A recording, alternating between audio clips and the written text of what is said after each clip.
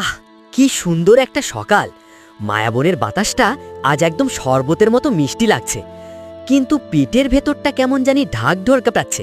নাস্তাটা আগে সেরে নিতে হবে।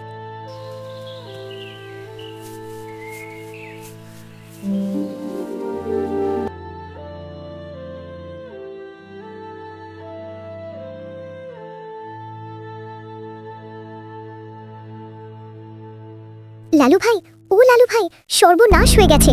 আরে টুনটুনি, সকাল সকাল কি এমন সর্বনাশ হলো? আকাশ ভেঙে পড়লো নাকি? আকাশ ভাঙে নাই, কিন্তু নদী শুকিয়ে যাচ্ছে। মায়াবনের রূপালী নদীর পানি কেমন যেন কালো হয়ে যাচ্ছে আর কমছে। কি বলছিস?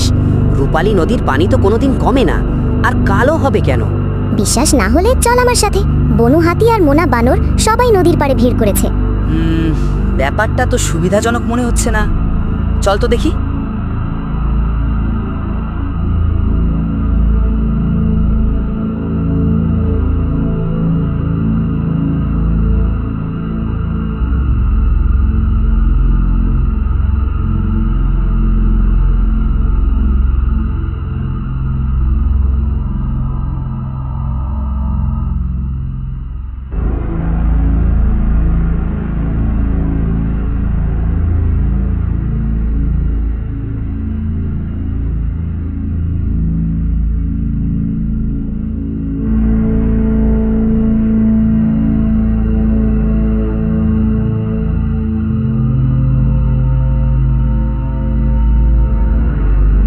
ওরে বাবারে, এখন আমরা কি খাবো? পানি না থাকলে তো আমরা সবাই মারা যাব। আমার তো মনে হচ্ছে কোনো রাক্ষস এসে সব পানি খেয়ে ফেলছে।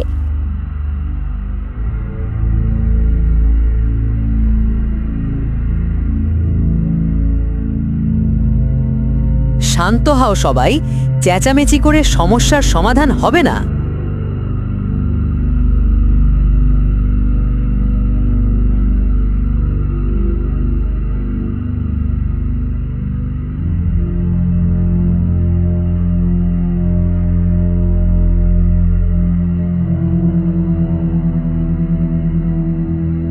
লালু এসেছে, আমাদের বুদ্ধিমান লালু।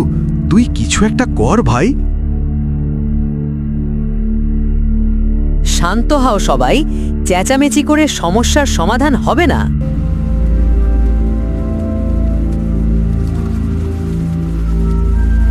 ইয়াক, বিশ্রী গন্ধ। এটা কোনো সাধারণ কারণে শুকায়নি। মনে হচ্ছে উজানে, মানে পাহাড়ের ওইদিকে কেউ নদীর প্রবাহ বন্ধ করে দিয়েছে। আর এই কালো রং, এটা কোনো বিষাক্ত কিছু।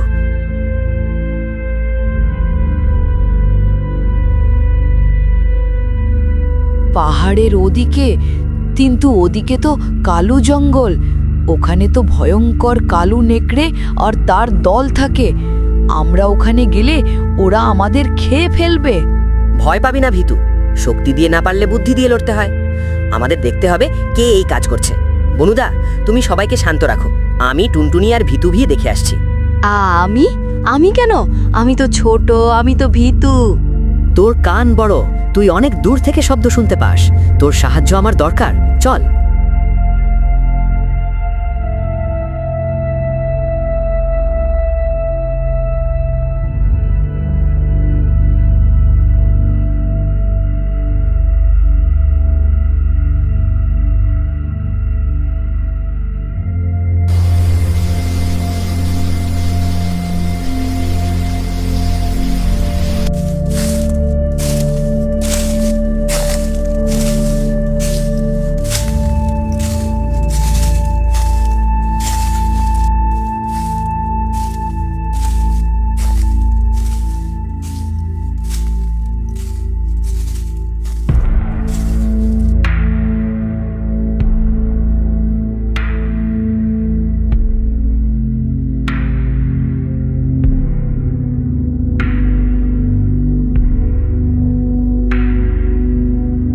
লালু ভাই, আমার কিন্তু ভয় ভয় করছে।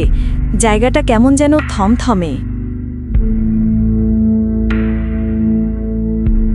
সাবধানে থাক, শব্দ করিস না।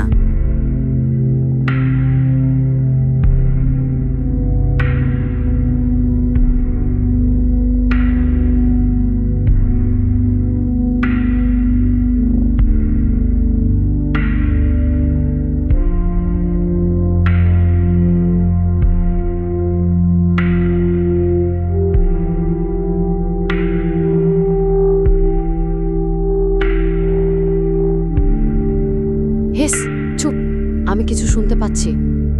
কি শুনছিস? ভারী পায়ের শব্দ আর ধাতব কিছু ঠোঁকাঠুকির আওয়াজ। ঠং ঠং। ধাতব শব্দ? জঙ্গলে ধাতব শব্দ কোত্থেকে আসবে? চল, ঝোপের আড়ালে লুকিয়ে দেখি।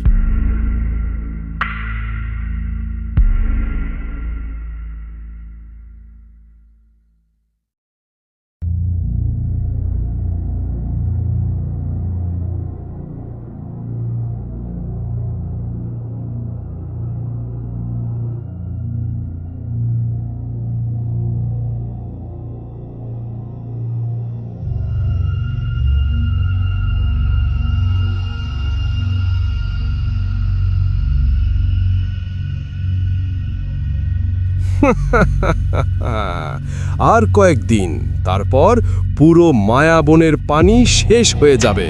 তখন সব পশু পাখি আমার গোলাম হয়ে থাকবে। পানির জন্য ওরা আমার কাছে ভিক্ষা চাইবে। সর্দার, কিন্তু আমরা পানি আটকে কি করব? আমরাও তো পানি পাবো না। আরে গাধা, আমাদের কাছে তো জমানো পানি আছে। আমরা মায়াবন দখল করব। ওই সুন্দর জায়গাটা আমার চাই। আর এই মেশিনটা বানিয়েছে শহরের সেই দুষ্টু শিকারীরা। ওদের সাথে আমার চুক্তি হয়েছে, ওরা গাছ কাটবে আর আমি বনের রাজা হব।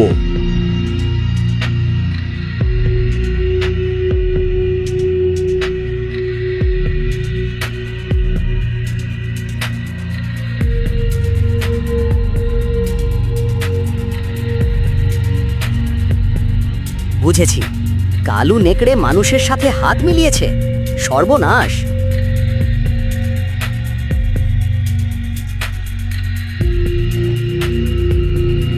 এখন কি হবে লালু ভাই? ওরা তো অনেক শক্তিশালী। আমাদের এই দুর্বলতাকেই কাজে লাগাতে হবে। কিভাবে?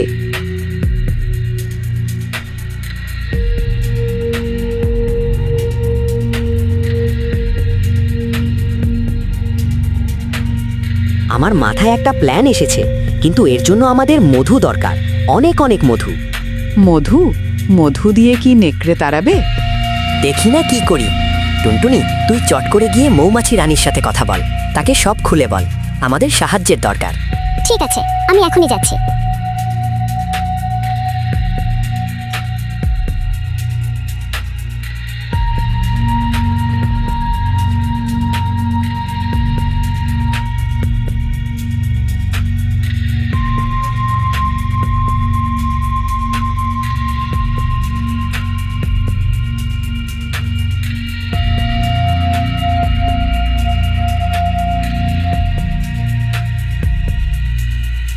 খরগোশ, চল গর্তটা আরো গভীর করি।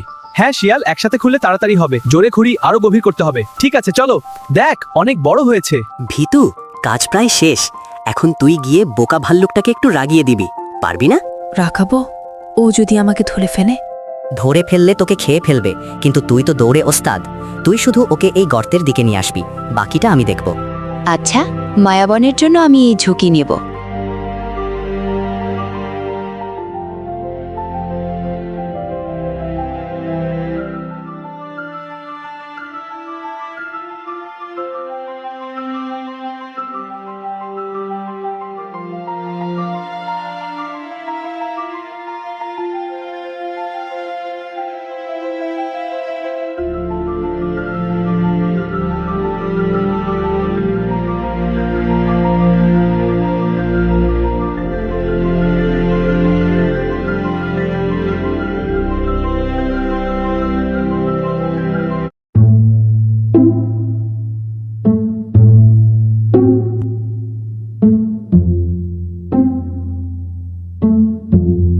ওহে মোটকু ভাল্লুক, তোর নাকটা পচা আলুর মতো দেখতে। কে রে?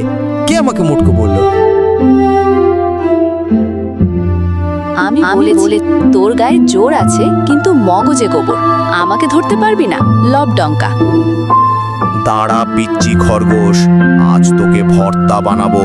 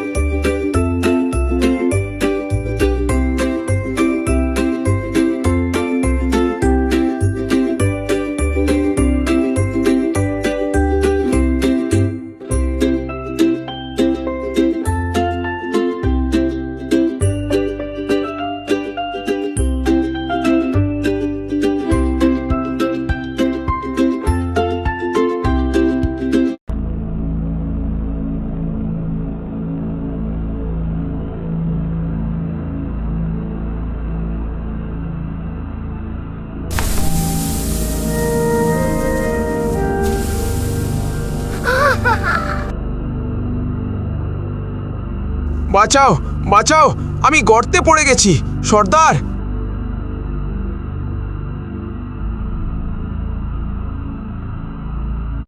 কি হে ভাল্লুক ভাই, গর্তের ভেতরটা কেমন আরামদায়ক? লালু, তুই আমাকে তোল এখান থেকে, আমি কালু সর্দারকে বলে দেব। কালু সর্দারকে ডাকার আগে নিজের চিন্তা কর। ওই দেখ উপরে কে আসছে।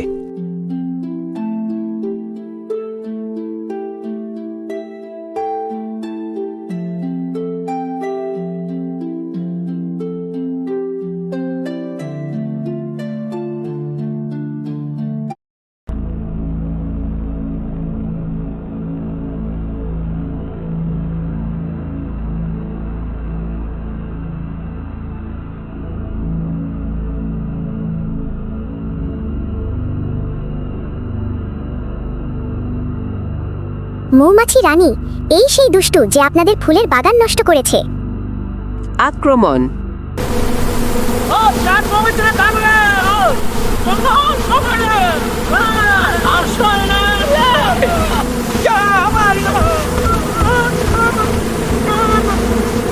শোন ভাল্লুক, যদি ছাড়া পেতে চাস তবে এখনই গিয়ে ওই মেশিন ভেঙে ফেলবি, আর কালু নেকড়েকে বলবি মায়াবনের পশু পাখিরা দুর্বল নয়।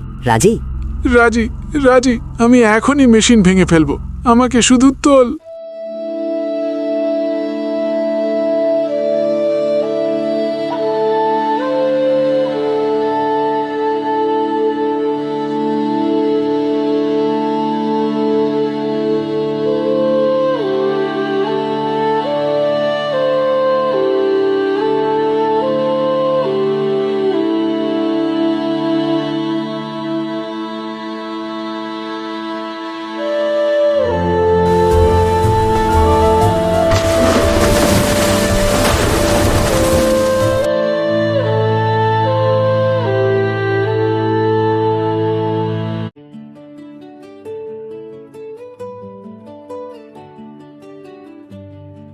সাব্বাস বন্ধুরা, প্রথম ধাপ পার করলাম।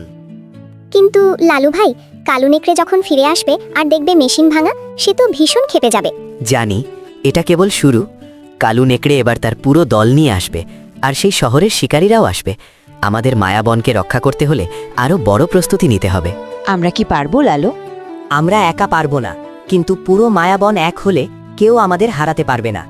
চল, আজ রাতে সবাইকে নিয়ে একটা জরুরি সভা ডাকতে হবে।